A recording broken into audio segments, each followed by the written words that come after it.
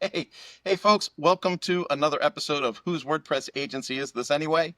I'm Kurt Von Annen. I'm here with Toby Crines, the amazing Toby Crines, and I think we're going to have a really good episode for you today. I Toby? think I think so too, Kurt. One of the questions I was wondering. This is a special early morning edition for us. They're going to get it whenever they get it, but it's 9 a.m. Central Time for both of us, and we've both been up. I don't know. I've been up since 5, so I'm already 4 hours into my day. How about you? I was up past 2 and I was up again at 6:30. I don't know what's the matter with us. And Uh, we both seem rather giddy this morning, so this might be off the rails episode. what other way is there to live? What time do you prefer to work? I prefer early mornings. I really do prefer early mornings. I don't prefer late nights, but sometimes that's the way it happens. There's something about getting up and getting going that to me is like inspirational and is for the rest of the day. Like, so I usually get up, cup of coffee, some read time, quiet time, a little bit of journaling, and then I start my day. Um, but as long as I get up and get into it, then the rest of the day is kind of like sets the tone. Mm-hmm. But if I got to stay up late, I'm super productive. Like if my wife goes to bed, I'm super productive. Like if I'm working after hours, bam, bam, knocking things out. Next thing you know, it's 2, 3 o'clock in the morning. But I don't begrudge it because that was time that was super productive. I got a lot done. Yeah, I find that too. Like sometimes I'll put in time on weekends, for example, like Saturday morning, 6 to 10, and I'm like, I get a ton done that otherwise wouldn't get done. So I don't begrudge it either. There's this like weird thing about work-life balance. There's books and stuff and blogs that like they really prioritize work-life balance, and I used to be really hardcore about it, like there's work and there's life, and now I'm like, I don't know. There's just kind of life, and work is just one facet of life, and Yeah. we've got to do work the same way we've got to. I made scrambled eggs for the kids today, so like the same way I had to make scrambled eggs, I have to get work done today. Like, At 2 o'clock in the afternoon yesterday, I literally just closed the windows on the computer, walked into my bedroom, put on my padded shorts, and walked out to the living room and told my wife, I'm going to go for a quick gravel ride. I'll be back in a couple hours. And she looked at me like I was insane, you know? But I was like, I'm not being productive in front of the computer. It's time to go for a ride. So I went for a ride yesterday, and that might be why I was working at, past midnight last night. And yeah, that's part of that work-life balance. You got to know you have to be cognizant. You have to be self-aware enough to go, I'm just wasting my time right now. I'm not being productive. I got to switch gears.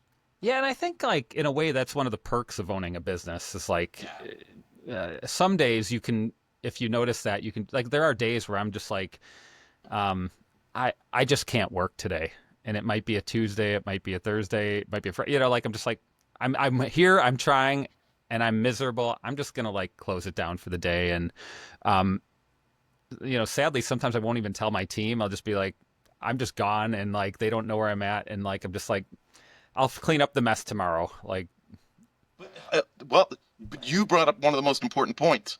You can't go broadcasting that you're taking off or you're doing whatever. People, they short circuit. They can't handle it. When people hear, oh, Kurt went for a ride at 2 o'clock in the afternoon, they lose their marbles. And if you tell them ahead of time, everybody's got an emergency. Oh, hey, before you go, I gotta hitch up real quick. No, you don't gotta hit me up real quick. right. What? You weren't even thinking about any of this 4 minutes ago. Uh, so I stopped telling people. I used to be super like responsible, and I used to like tell people, "Oh, I'll be out of the office Tuesday and Wednesday next week, blah blah blah." And then Sunday at midnight is an emergency, Tuesday at midnight's an emergency. Everything, the sky is falling, and then you end up rushed or harried or frustrated for whatever that moment of peace was you were going to take. And then you realize, no, that's just human nature. That's just human nature. If they think you're not available, the sky's falling. If they Uh, think you're there babysitting, everything, nothing's an emergency. there's this theory that I've practiced here and there about out of office auto replies in your email. And the theory goes like this: like, if I can't help you, what good is it sending you a message right now saying I can't help you? like, um, Oh, and so there have been times where I've just been like, you know what, I'm gonna try it. I'm just not gonna have an auto reply, and like I've seen no downside to that. I can see like the argument on the other side, like, well, you don't want to look like a complete jerk who's not responding, but like at the same time, it's true. Like, it's just one more email for a lot of these cases that aren't urgent, maybe like where you're just like filling up someone's inbox with another message that doesn't mean anything. well, I want to go like a little bit deeper on that tangent you just created. So the auto response to me is a little bit overkill, and it comes back to how did we condition the client previously? So if clients get used to you're on call, you're there at the snap of a finger for every little thing, everything becomes, oh my God, I couldn't reach you, right? But if you groom them from the very beginning and say, oh, we typically have a 12 to 24-hour response time, blah, blah, blah, blah, blah. If it's an emergency is your website is down or you cannot take in revenue. That's it. Those are the only emergencies. Everything else is an incidental. Um, then you can text me or you can whatever, Mm-hmm. right? And but yet you have to train your clients like right up front. What is an emergency? What is not an emergency? And then what is our process for non-emergency Yeah, repairs? that's true. And here's another scenario.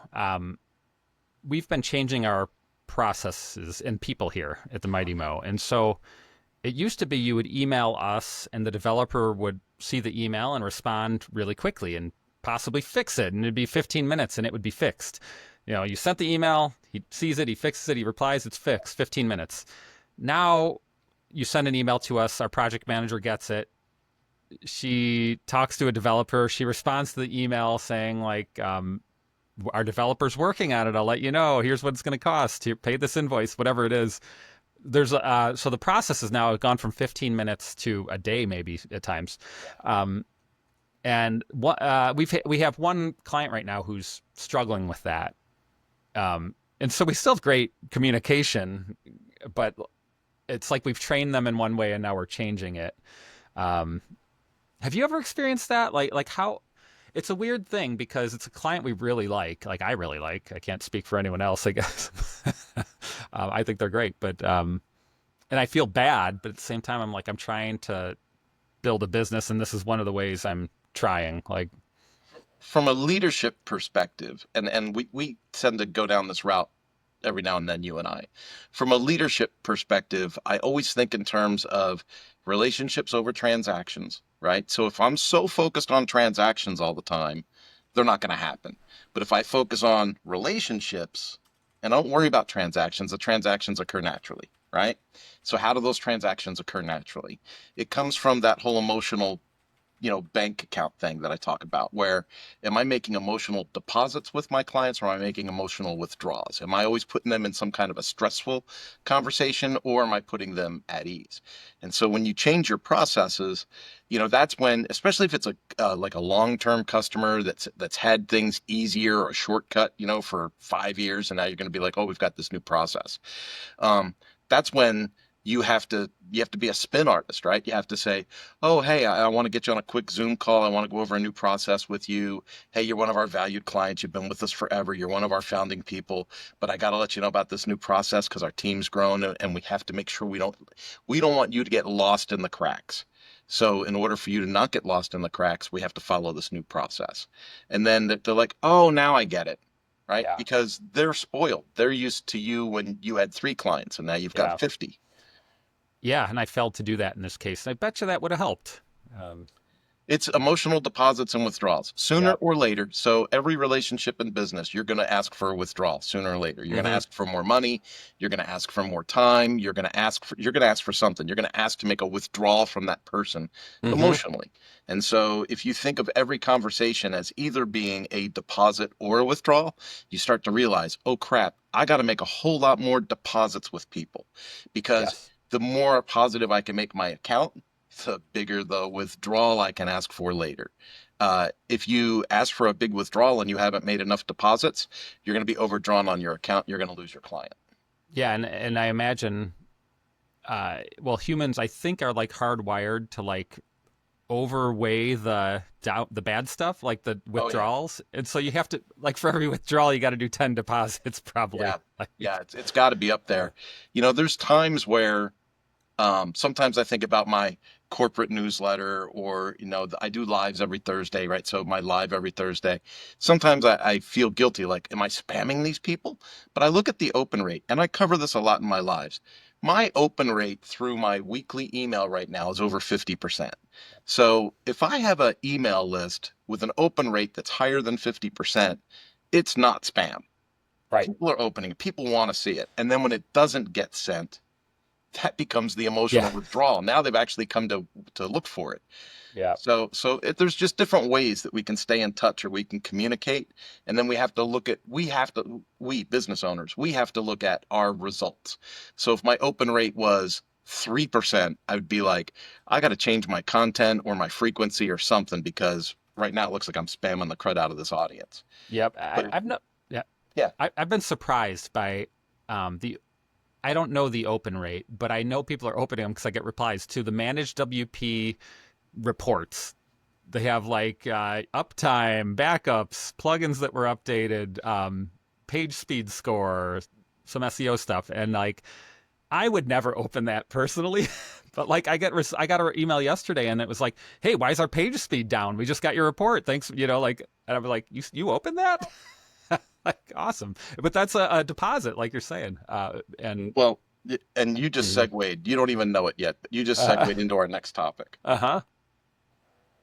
How First off, what causes you to have to band-aid a website? And then what do you describe as band-aiding a website? Right.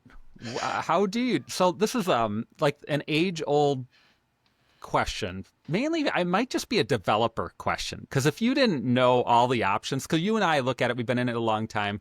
When a website's broken, let's say a slider is broken. Here's an example. Slider is broken on a client site.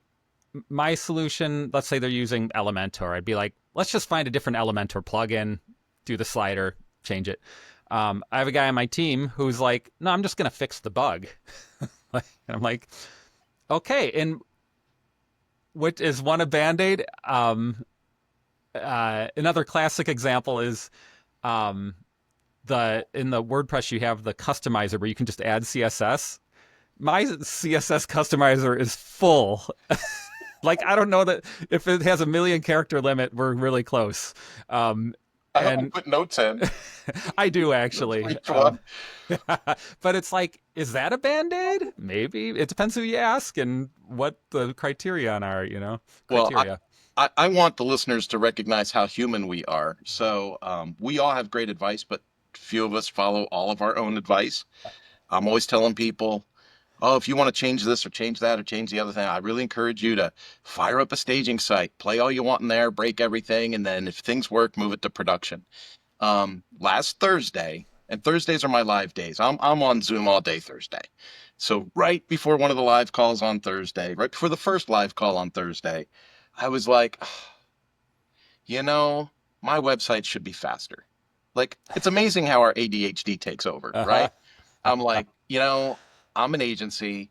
My website's actually kind of slow right now. I should try and speed up I should see what's slowing down my website. I should probably do some page speed work. So I open up page speed and I do the test, and yeah, it's slow. And I'm like, oh, right. But I got to be live in just a moment. Yep. So I go, you know what? I got this chatbot thing. No one's really using it right now. I'm going to turn that off and see what happens. Boom. I got like eight points on the page speed report. So what happened? That Toby, that was a big dopamine hit. Oh, Right? yeah. That was like putting an exhaust on a muscle car and seeing an extra 10 horsepower, right? Like, Uh-huh. that's cheap horsepower. So Yep. I was like, oh, what else is in there? So I Right. got this database cleaner. I deactivated and removed that, and I went up like another 2 points. Oh, Uh-huh. boom, we're in. We're in like Flint, baby. What else can we do? Uh-huh. So I clicked a few things and clicked a few of this and a few of that. And I'm watching the clock. I'm like, well, I got to go live in like 4 minutes. And I'm like, all right, I can do one more thing. And then my page speed shot up to like 94. And I was like, right on. Like, that is amazing. I am such a genius.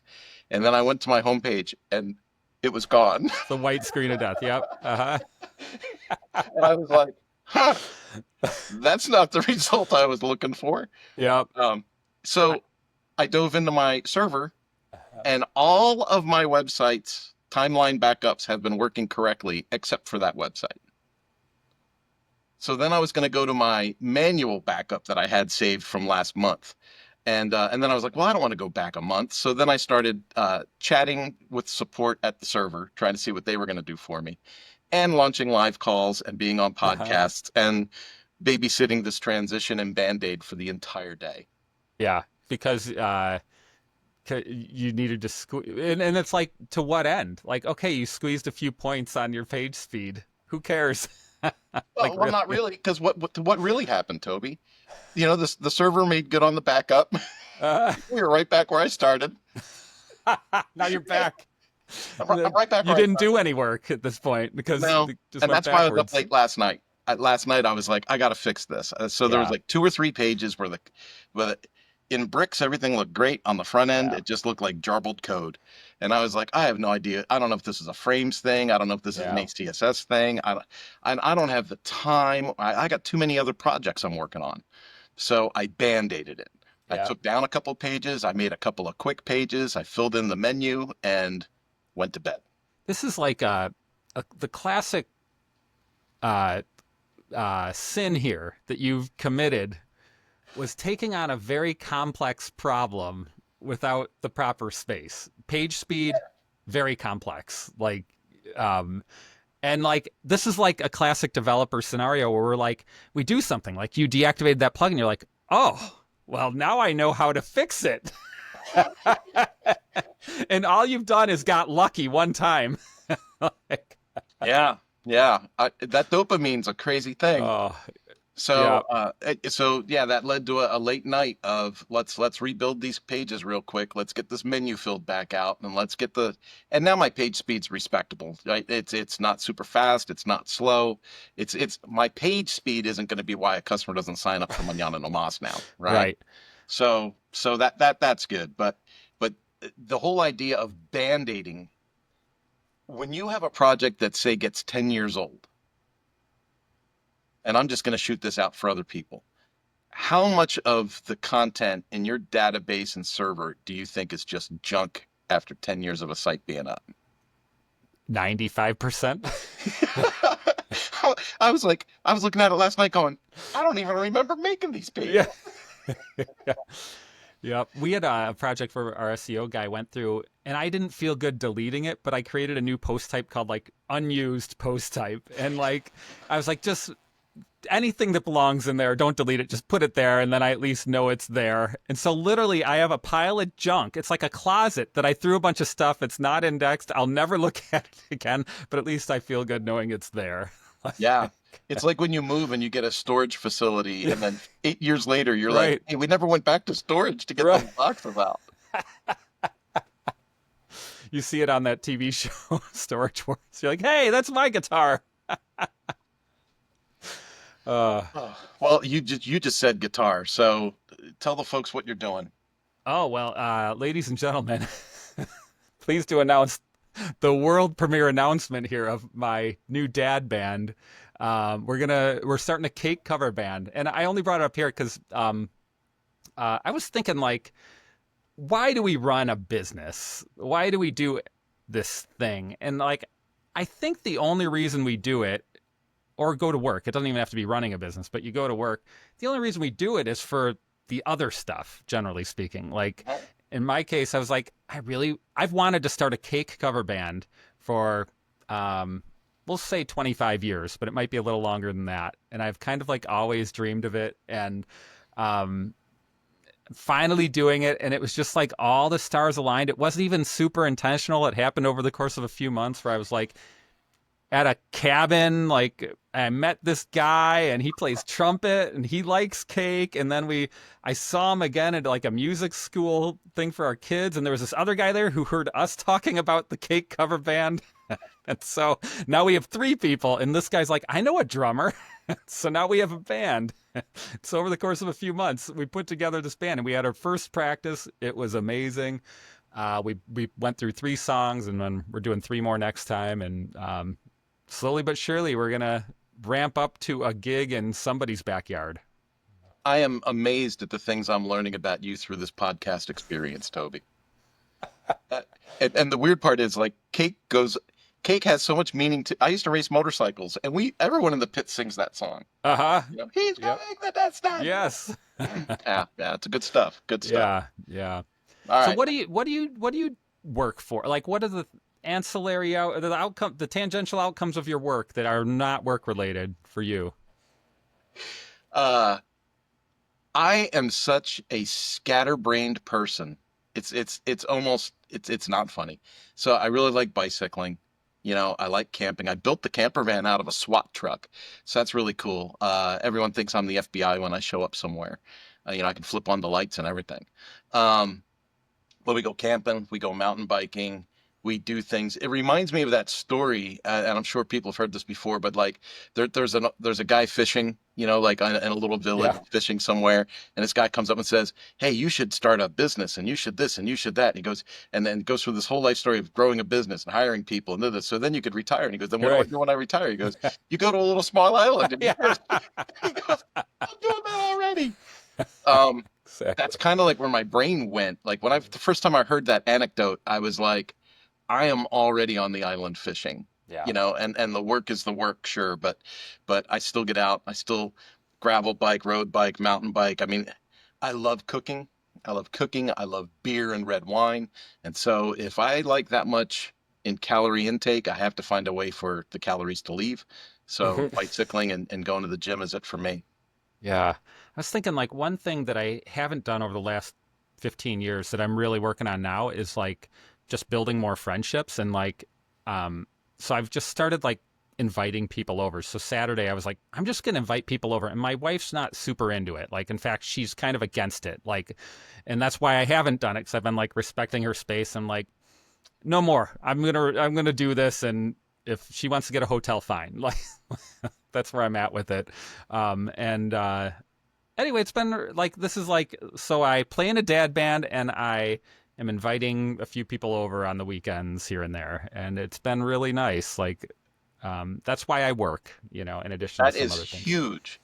I think that's the message. That should be our theme for the whole show today, actually, is how to expand past your cubicle, your workspace, your screen, whatever. Um, Most business owners that I know have no friends. They have people they see at the entrepreneur meetup or whatever, but like let's face facts, life gets rough. You you get pulled over for a DUI, you don't have a friend to call. You get, um, I also am we're in the middle of building a big project in our yard. Not in the middle. We're at the very beginning of we're getting a 20-foot container and we're converting it into an outdoor cook center because I want to invite people over and entertain and do all these things. And just like you said, I mean, most female spouses in a relationship are like, I don't want all these people over here all the time. I don't want to clean this house all the time. I don't like having people. But then once everyone comes over, they love it. Uh, Like it's they yeah, dread before it happens, but they love when it happens. that's And I my just have to experience too. I Yeah, just have to get over that hump every time of that 4 or 5 hours before everybody shows up is a disaster. yeah, I'm stressed out. But yeah, then after everyone's here and we yeah. pop open a couple bottles of wine and get the grill going, everybody's happy. Yeah, it also is. If you read Lord of the Rings, there's the Ents and the Entwives, and similar story there. The Ents just want to go and talk to everybody, and the Entwives want to arrange everything properly. I think that is the third Lord of the Rings reference you made in this show I love series. Lord of the Rings. Well, okay, let's jump into like let's switch gears. Agency people, we're talking about business. What is your preferred tool to communicate with staff and clients? Yeah, it's so we use email, pretty much email for all client communication. We're available via phone, but that's pretty rare, and even in those cases, we send them a calendly.com link usually. Um, if they call and I see it, I will answer, and oftentimes I'll call them. Not often, but sometimes I will call them when needed if it's like something that's be better addressed via phone. But email primarily for clients, and we just have so our support at themightymo.com is the primary address where they email, and then right now we're using Basecamp. However, we're switching so we use Basecamp right now for all of our internal communication. So anytime we don't use email internally, pretty much. We just use Basecamp. We're going to switch to ClickUp, and I actually don't know how that's going to impact our communication. I've handed off that project, and I'm just trusting that it'll all work out. Well, So you've got somebody on your team that wants to use Slack. I do actually, and this is like a weird thing because so I think Slack is like doesn't make any sense for businesses. That's what I think. Like it makes sense if like I should say it. It makes sense if you want to have real time conversation with someone, like we're doing now. Like, but you want to have it. I know they have video now built into it, but you want to have a real time conversation. Great, it's just a chat room. Like everything gets buried. It's like a chat room with a search engine. Great, um, and but like it also has this like interruption mentality. Like it's going to send you push messages on your phone. It's going to like ping you on your desktop if that's where you're at or whatever. It's going to interrupt you and take you away from whatever it is you're working on. Um, so the one thing I like about Basecamp, and this is the person that asked was a newer employee for us. He's like, and I think the gist of it was like, I have questions that need to be answered right now. And I'm like, my opinion is like, great, we're not using Slack. Figure out a way to get those questions answered with the tools we have. And we have interrupting-ish tools. Like he could ping us on Google Chat, for example. That would interrupt us. Yeah. He could do all sorts of things. We have tools in Basecamp that are kind of interrupting, but not necessarily. But so I don't know. I just think Slack is like, and tools like I don't know. Maybe there are other tools like Slack, but like I never understood it. Like it's not a good way to hold to have an asynchronous communication, like which is what I'm after. How about you? What? I use, I know I talk a lot about WordPress, but I use a SaaS platform as a client portal. And so it does my contracts and it has a messaging platform in it. So I condition my clients to use that for communication. It'll ping my email, hey, you've got a message, right? So it'll come through an email. So I won't go for days without seeing something. Um, but I don't like the idea of like, I especially don't like the idea of putting like customers and stuff in Slack. I don't want everybody talking to everybody, right? So I try to keep that channel separate. And that SaaS platform works really, really well for me because it does project management and Gantt charts and it does all this other stuff. And I think the clients really like it. Like I've asked them, like, does this make sense to you? You can see the percentage that we're done on the project. You can see, you have visibility of these things, and they like that. We also added fluent support to Manana no Mas. So now people can actually, sign in with their email and they can add a ticket. And then anyone on the team that's assigned can work that ticket, right? So that works good. So that's like a one-to-many communication for clients. So that's good. Um, Internally, I tried Slack and I'm on a bunch of Slack channels and I just don't have enough volume to support Slack to make it engaging at all. And it's just a distraction and it's an annoyance.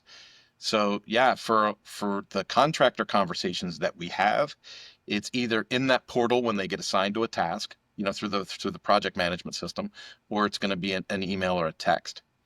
And we use some offshore help, so a lot of it ends up in WhatsApp. Oh, interesting. We had over the years have had people try to bring us into their system. Sometimes it's Slack, sometimes it's something else. But like, I have always declined because I'm like, there's a lot of like assumptions built into any group of people who are communicating. Man, you work for us now. Yeah, that and like we communicate this way. Why didn't you respond in this manner in this time frame? Whereas at the Mighty Mo, unless you specifically say like our expectation is like it's not urgent. And so you can take a full day to think it out and respond, and I'm not going to bug you. Um, if that's urgent, I will just say, "Hey, this is urgent." Like I'll say that in the message. Yeah, yeah. We're very similar. We're very similar in that regard. The that even if I am, this is going to sound so mean, but it's part of the conditioning. You gotta set, what are things going to look like in 2 years, 3 years, 5 years? And so you can't respond to everybody in 30 seconds and then condition them to that response and then box yourself into that expectation. Yep. Like you just can't do that. You have to think in terms of what would a business look like even it's not fake it till you make it. It's not that at all. It's how do I plan for expansion and scale? Yeah, interesting. There's also like this, we've all experienced it, a business strategy where they're going to be really good at first, and then they're going to give you less and less and less. And we've experienced that particularly, let's say in our industry with hosting companies over the years. This company's great. And then like all of a sudden, not all of a sudden, it's just like gradually you're like, is this getting slower? Is their support getting worse? What's happening here? Is Man, their just price migrate going all up? these sites and they're so fast. Yeah. um, so I also don't want to like, it's a strategy. Like, but I guess so like in theory, you could be really, you could have a strategy where like the first year you're with us, we're going to like respond to everything. And, and then, you know, it seems like it'd be tough to manage for a company of my size, our size. But like, I could see that going, if you were a big company, you could implement that. I mean, they're doing it with these crappy AI bots right now. Like, let's say you bought an Apple computer and you're looking for support, or some company that used to offer good support. Now you're just getting the AI bot, and it's hard to find the contact button. You know? There's a lot of folks now that there's no phone number, there's no email address, and you are just locked into this cycle of nonsense. And then, 20 responses in, it's like, hey, would you like to chat with a support representative? Yeah, Yeah. I would have liked to have done that 47 minutes ago. Right. I got a phone call the other day. It was an AI call or something because like I thought I was talking to a human, and it wasn't. It's like, what the heck is going on here? And AI can't help you. Like really, like they can't really do any. All they can do is get you to a human like that. It makes it more efficient for them, but not for you. Like they're offshoring the headache. They're offshoring headaches to you as the caller. Yeah. Well, so that's twice that we've mentioned offshore in a moment. So let's jump onto this. Should I hire a bunch of part-time contractors or a few full-time employees? Yeah. So this is just I think like a business choice that like is open to us, and I know I've gone both way, one way and then the other way, one way the other way over the years. Um, the Events Calendar Pro, that plugin, that was built with a bunch of contractors. Um, and so like I point that as like a success story. Yeah. They had processes built out internally um, to do that, and they made it a huge success. And then they sold it, and then it became 5 or 6 full time employees managing the whole thing. And I don't know where they're at today. I imagine it's still a few full time employees. Could be wrong, but um, and I recently went through this where I had late last year I had a bunch of contractors, and or even early this year, and I slowly have decided to extend, offer a small number of them full time employment. Um, and I was thinking like trying to figure out my reasons for that, and like there's pros and cons with contractors. The pro is like you can save some money because you're only paying them when they work, and they don't get vacation. You're not paying vacation. You're not, and oftentimes you can get a good deal on their time and all this. There's no overhead. Once you're done, you're done. The downside is you have to find them all the time because they're not loyal to you because you're not loyal to them. Um, uh, and if you want them to be available in a pinch, you kind of need full time employees, I think. Not to say you couldn't figure it out the other way, but um, that's been my experience. How do you do it? Do you have any full time employees right now? I had a couple, and I do not now. And I have wow, this is where Kirk gets to sound negative. Um, so I've brought people in before and they'll be like brand new, like brand new to the space. And I'll be like, let me show you our processes. Let me show you how we do this. And it's obviously it's someone that has an interest in it or someone that I thought had artistic ability for the design side of the business or something. And I'm like, well, these are some of the tools we use. And this is this and this is it. You start showing them some stuff. And next thing you know, they're walking around like I could do this better than you. Like I could run my own business. I could, why am I profit sharing with you? I could get my own clients. And it's like, wow, okay, I'm either a really good mentor, I'm either a really good trainer and mentor, or this person is crazy. You know, the idea that someone brand new to an industry can instantly adopt 22 years of experience and expertise is lunacy to me. Um, but it's happened more than once where I've brought somebody into the office and I've worked with them, and then you hear, oh, they're doing a side gig, right? You think, oh, whatever, you're doing a side gig, not a big deal, right? And then you find out, well, they're doing a side gig, but it's a client that actually came through your Right. lead magnet, right? And now you're like, wait a minute, you can't be taking clients out of the business, Yeah. And then I go, was it the pay? Like, am I not paying you enough? Because I think I'm paying you handsomely. Um, no, it's not that. It's just, why take a portion when I could have all of it? Well, then I guess you could have all of it. Go Hmm. do your thing. Right. Go see how you do. And then each of those times, and they probably listen to this now, but each of those times they failed miserably. Yeah. Absolutely failed miserably because they didn't have the patience to put the skin in the game. And Right. so um, I've actually gone another direction. I'm in the middle of launching a agency apprenticeship, an agency launch organization here in town because I want this to be like a tech hub in Kansas. And so I've approached the city. The city's like, that's an amazing idea. And I'm like, I'll just teach people how to run an agency and but like with the intent of they're going to go start their own agencies. Hmm. And then they're going to get all the startup projects and all of the low hanging fruit that comes through. And then the big enterprise stuff with the e-learning jobs will stick with Manana no Mas because they won't have the capacity to do it. Right. That makes sense. Um, I wonder, like the idea of people, your employees, like getting in that mindset and leaving. Like, how much of that is cultural and like, yeah. There's so much easy button nonsense on the internet right now. I say it all the time, right? That there is no easy button. The the Passion IO ads are still coming to me. I must mention it too much on the internet, but if you're not making $50,000 a Right. month, with no experience and no Right. business, well, then you don't even have a business. And it's like, okay, that's crazy. It's lunacy. Um, I just the expectations. My daughter is 20. She moved to Kansas. She's going to be mad if I'm putting her on blast, but she chose not to go to school. She wanted to be an ice skating coach. Great. She got certified to be an ice skating coach. She didn't like the management at the skating rink in Kansas. So now she's not working there anymore. She has her own coaching clients, whatever. But she got a job at a big chain. As soon as she gets the job at the big chain, she's like, I love it. I love it. It's so amazing. 6 weeks later, she's like, the guy that owns this is an idiot. you know? Um, just Yeah. like this is wrong, that's wrong. And I'm like, Yeah. and I told her, I said, baby girl, you're young. You've had like 3 real jobs, and you haven't liked any of your bosses.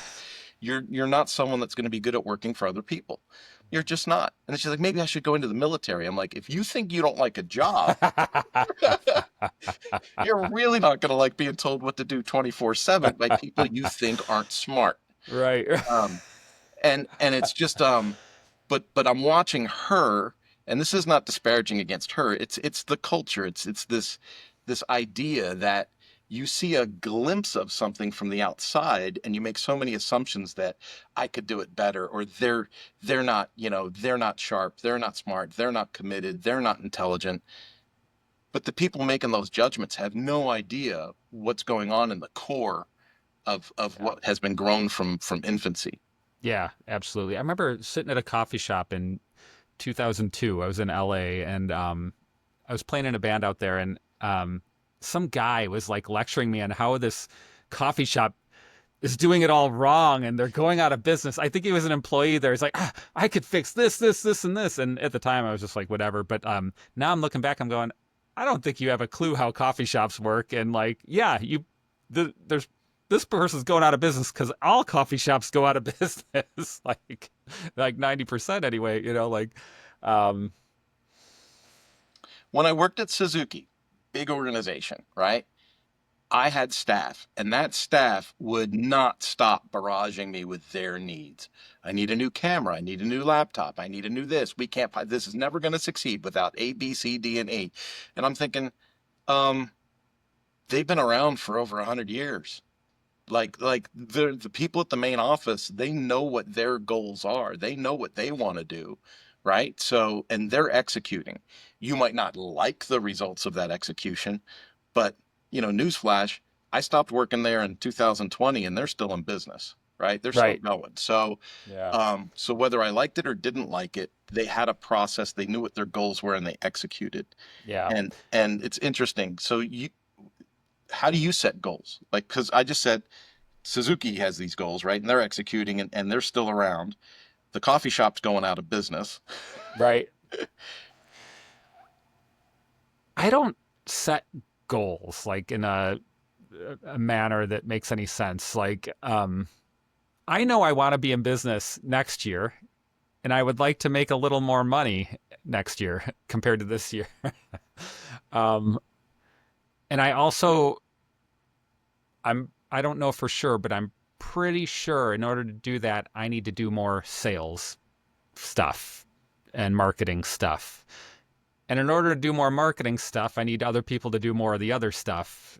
Um, and so part of my goal, probably my biggest goal this year, is to figure out how to do more marketing stuff and sales stuff, and how to like maintain enthusiasm for that. Because in the past I've tried and I just lose enthusiasm and I end up like just going back to me and one other person, and the classic version of the Mighty Mo is that like but I'm trying to power through it and figure out like how to stay in that marketing function forever or long term. That's my goal, I guess. It's like I want to stay in that marketing and sales function and do more and more of that and less of the other stuff. Speaking as someone that does a lot of consulting with business, that is super important as a business owner. Do you love the marketing and the sales, or do you love the creative, the work, right? Or do you just really love at the end when you help another business find success through your product? And so if you think about those three major verticals within your business structure, um, if it comes down to I'm really not into the sales and marketing. Like I thought I was, but I'm not. It turns out I'm really into delivering the finished product. Like that's my favorite thing. Um, I have seen and I've consulted with business owners where it's like, hey, you need to step down. Like you're not the CEO. Would you need to hire a CEO? You need to bring in a partner or hire a CEO or a sales general manager or a whatever, pay them handsomely to do that. And then they can fill that top of funnel thing for you. And then you can focus on what your skill set is, right? You can do the execution and the delivery. Yeah. And sometimes that works out really good because some people just aren't wired for sales. And Mm-hmm. sometimes I think I am not wired for sales. And then I go to an after hours here in Hutchinson and meet a new business owner. And, 45 minutes later, the party's over and we're still talking and having a beverage. So it's like, obviously, it's in me somehow, right? So I keep, like you, I keep forging that path of where I'm the head of it and I'm running it. But I wonder how long I'm going to keep on that path. Yeah. It's a great question, but I also wonder too, like, there's with any job and any relationship with anything, there's a certain amount of stuff that you have to do that you don't like. And this is where it's tough for me. Let's say my marriage. My wife's amazing. And I also like, there are days where I'm just like, if I do this, I know she's going to yell at me for that. Oh gosh, this sucks. like, but like, I kind of like try to see the big picture on it. And I think it's the same. I don't know. I'm with you. Like, I don't feel like I'm in love with sales. I think I love like helping people realize they can achieve bigger stuff and love helping people achieve those things. And I think for me, maybe the sales and marketing is just the crap I have to do to get to that other thing. And by the way, the other thing is also make more money and Yeah. play more music with my band and this other stuff too. So it's all, I put it all kind of together in one, but I don't know. Is it even possible? Like this idea, like do what you love, is that even a thing? Cause I'm old now and I'm like kind of jaded. I'm like, that's not a thing for 99.9% of people. Like, It's not a thing for 99.9% of the people, but I have seen it for the 0.1%. And when I look at the sacrifice they made to actually make it happen and then find success in it, it's not easy. It took work, you know. Uh, I knew a young lady in Colorado, semi-professional, but hated her job, everything. And then I hadn't seen her in a while, and I'm like, wow, where'd she go? She moved to Australia. She does scuba diving lessons on the coral reef down there. Like that's her. She goes, I love scuba diving. I love that. And then she moved to Australia and just started this thing. That was like living in a car, being homeless, eating ramen, as a grown adult, just cashed out of life and said, yeah, I'm just going to go figure this out, yeah, and then after a few years of hard knocks, thriving business, financially solvent, all those things. But so many people aren't willing to make the sacrifice required up front for the payment later, yeah. you But know. even in that example, she's running a business. Oh, so she has to file taxes. She probably doesn't love that. Oh, she has an employee answering the phone, maybe, or some scheduling website down issue. Like, you know, But you bring up an interesting point. So many things in business, we could create processes or we could create workarounds for that. I hated collecting money. I still to this day hate it. Like if I say, hey, I'll do this for you for $2,000 and then I do it and I send you the invoice and a week goes by and I don't have $2,000, I'm pretty ticked. And then mm-hmm. I'm like, okay, here's a reminder email. Okay, now I got to call you. Now, God forbid I bump into you at a live event somewhere. Where's my $2,000? So I made it a point back in 2008 when Manana No Mas was born, when we changed our name, we changed our process. We Mm-hmm. don't touch a keyboard until your check clears. Yeah. Done.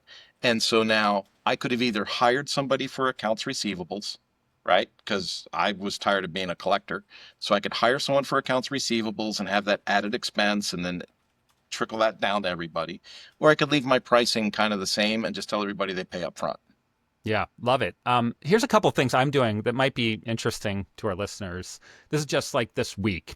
So I realized part of the sales thing, I've realized like, gosh, I hate creating proposals. And just this week, I had another one. And I invested like 3 hours and I was still at the beginning. And I was like, gosh, this sucks. And so I went on couple of forums. I went on the WP Minute forum Slack channel, and I also went on a couple other places and just asked, "How are you all handling this?" And what I ended up doing, and I got to thank the communities for this because it's something that, like, huge shift in thinking about proposals that changed my whole proposal process. The gist of it was my proposals had. Oh, you asked for X, Y, and Z. Here it is. Here's like a very clear description of what it is. It's a really long proposal. Like we sent one out that was 40 something pages, and it had very in-depth stuff. And here's the price for all the stuff. All these 40 pages will cost X amount of dollars. That's what I was doing up until yesterday, when I was like, what if I didn't do any of the specifics and I didn't have any line to sign, but like I just like had like a 1 or 2 pager that just kind of ironed out high level details. And so that's what, and then I did that. That took me like an hour and a half. I sent that to my artist. I'm like, put this in Canva, make it look good. And so I haven't looked at it yet, but I imagine I'm going to log in today and I'm going to have this finished proposal ready to send to the client. It's going to look great. It's going to be 2 pages or whatever. And, so I think that'll help as I figure out how to do this sales stuff. Another thing, I hate paying people. I don't mind paying them. I want to pay them. I hate the physical act of like logging into wise.com and being like, okay, what do I do? And then like, how much does this person get? How much does that person get? And then I send the payments, and it takes like an hour to do that work. And I'm just like, I'd rather not do that work. So I was talking to my bookkeeper, who by the way, it's a whole other thing. I hired a bookkeeper this year. I had a bookkeeper, but they weren't like doing a lot, and so I found another one. And this person has ideas. She's like, "Why don't I do that for you?"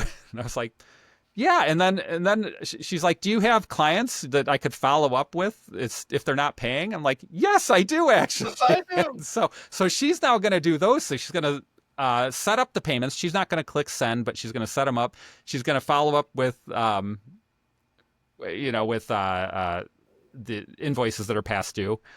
And I'm like, this sales thing's suddenly getting more interesting to me. Like, Yeah, because other stuff's coming off your plate. mm-hmm.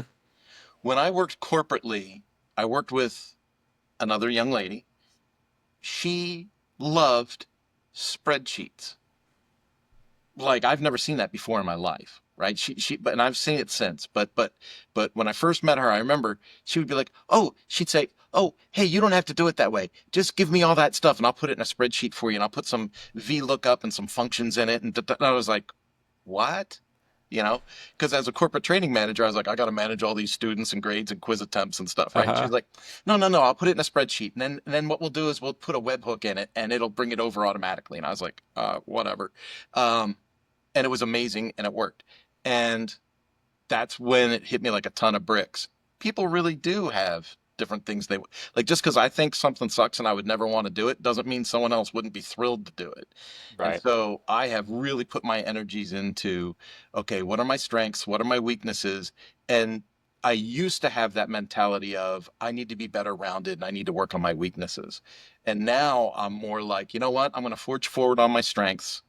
I'm going to do what I know I can execute well, and I'm going to backfill the stuff that I suck at. Yeah. And I just offload that stuff to other people. Like I have a general idea of how things work and what they do, but no, they're going to do that. Yeah. One of my strengths, let me describe how I learned it was my strength first. I used to work in politics, and anytime there was a crying lady in the office, they would send me in to talk to her. They'd be like, send Toby in. What's the cooler or whatever, that movie where the guy stands there, and that was me. But I realized, like, in hindsight, like I really enjoy talking to women in distress or something like that. I don't enjoy it, but like I feel like I have a lot of empathy, and like I do really well in those situations. And way better at that than like the cold-hearted business conversations. And so yeah, I'm with you. Like I like, part of what I've tried to do, I guess part of my success has been like that I've leaned into that, or I try to really like get people who need someone. Maybe a lot of my clients probably need someone to sit there and listen to them, and I'm a good fit for those clients who need that.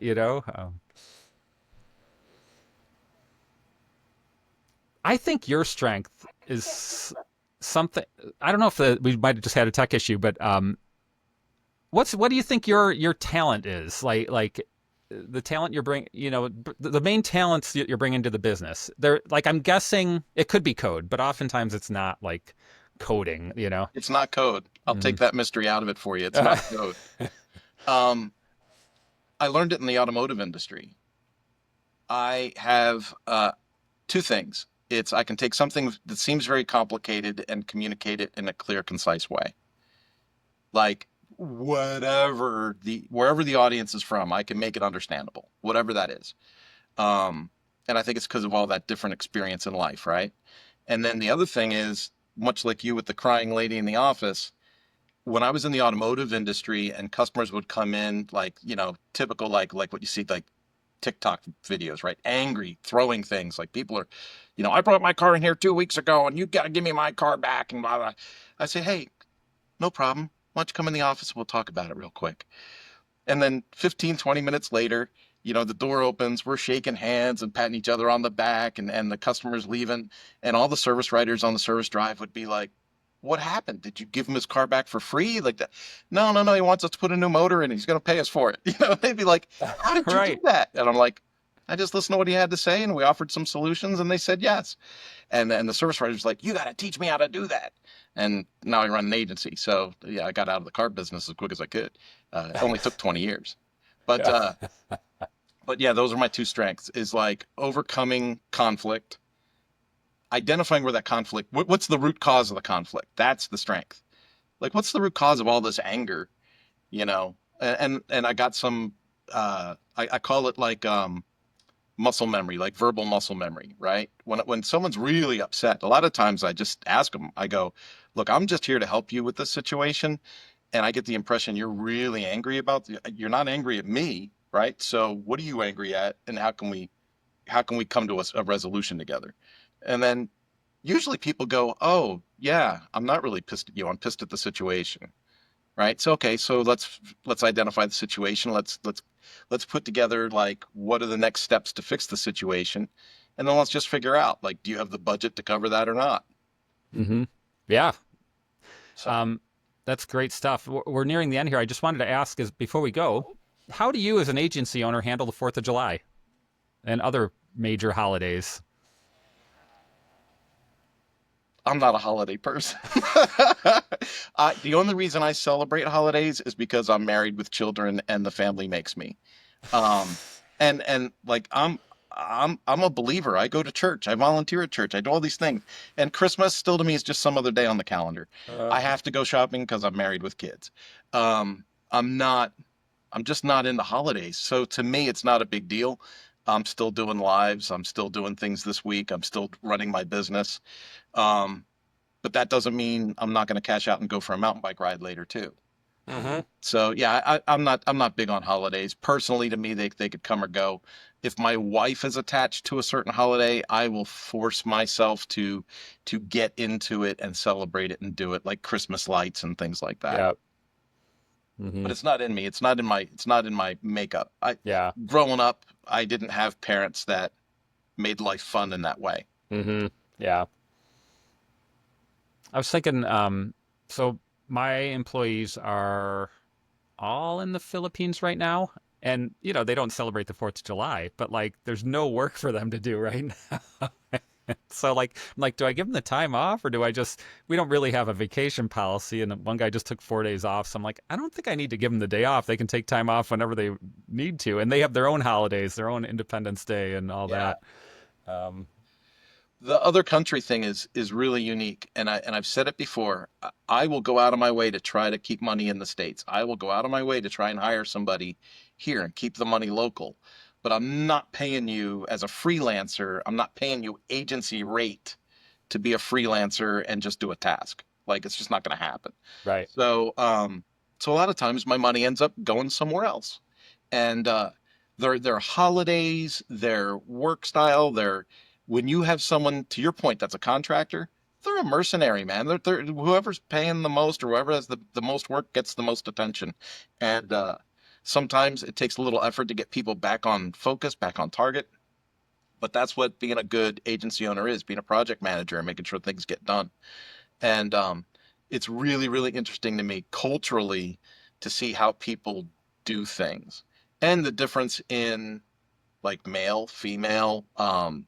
I mean, there's certain work, like when you take in the work, you have to go, well, wait a minute, is it culturally insulting for me to give this job to someone in this region? Right. And you have to be emotional intelligence. You have to be cognizant of what am I asking this person to actually do, and then execute accordingly. I've got a story we could end on potentially. So I had a lead come in. They run a porno magazine website, a very legit business based in Minnesota here, just a husband and wife. They just sell magazines. That they're a magazine company that delivers magazines. That's all. That's But all. it's porno magazines. And so I'm conversing, really nice people, all this, uh, at the same time, I had an offer to. I think I had just started working with my SEO guy, and I sent him this. I was like, "Hey, I need you to write up a proposal for this," and I didn't. It didn't occur to me to think through any moral implications. But then I didn't hear from him for 2 days or something, I was like, oh, wait a second. I Wait a just second. scared him off with this porno site. And ended up being, I talked to him, I go, I'm sorry if I like offended you, da da da. We don't have, and he was like, oh, no, no, no. I got like, my wife was in the hospital. And like, it had nothing to do with the, the porno max. But yeah, you do have to be careful sometimes with Yeah, the I mean, there's cultural just difference. certain work, like, and you think about it, it could be totally innocuous to you and I. Like, maybe you take on a client that's like, we only process hooven animals for natural Right. meat or something, right? And then you send it off to someone who's like, I'm vegan or Right. halal or however you want to describe things, and they go, I can't do that kind of work.